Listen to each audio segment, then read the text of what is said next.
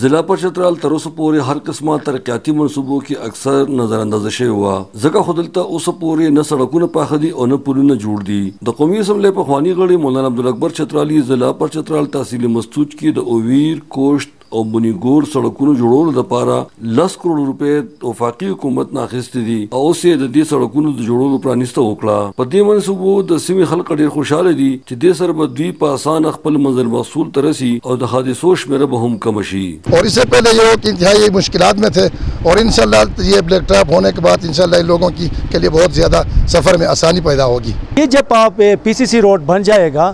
तो इसके एक किराए में खातिर खा कमी आ जाएगा, एक तो इसका फासिला जो है ना वो बहुत कम रह जाएगा, तो गरीब लोग जो है ना आसानी से अपने मरीज़ को आप देखें खड्डों में किस तरह मुश्किलात का सामना पड़ता था, तो एक विलेज जीप में बैठा के एक मरीज़ को अगर अस्पताल पहुंचा दे के खुदा न खास्ता रास्ते में ही उसका दम वो हो जाता था। مولانا عبدالاکبر چترالی وی چې د سره بدی پسمانده سیمو کې د ترقی او انقلاب شروع شي کې دا سیو چلتا چې کوم ماشومان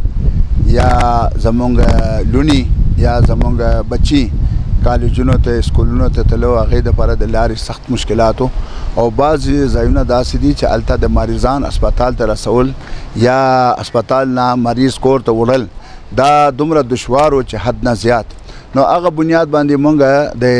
اپر چترال کې دی پر خپل ثواب د فن نه هغه 20 کروڑ روپے مونږ لګولې ولدین خلک دا شکایت هم کوي چې تر اوسه پورې امینه ولی سترقاتی منصوبه نو شروع کړي د چترال په خواني امینه وی چې اول هغه د پی ټی آی او بیا د پی ډی ایم حکومت فند نور کو او هغه د های کورټ په حکم خپل حق غسته دي اوس پر دې سړکونو جوړولو سره دلته سیلګری هم ودو کړي او امید چې دلته غربت او بیروزګاری کې هم کمی راشي.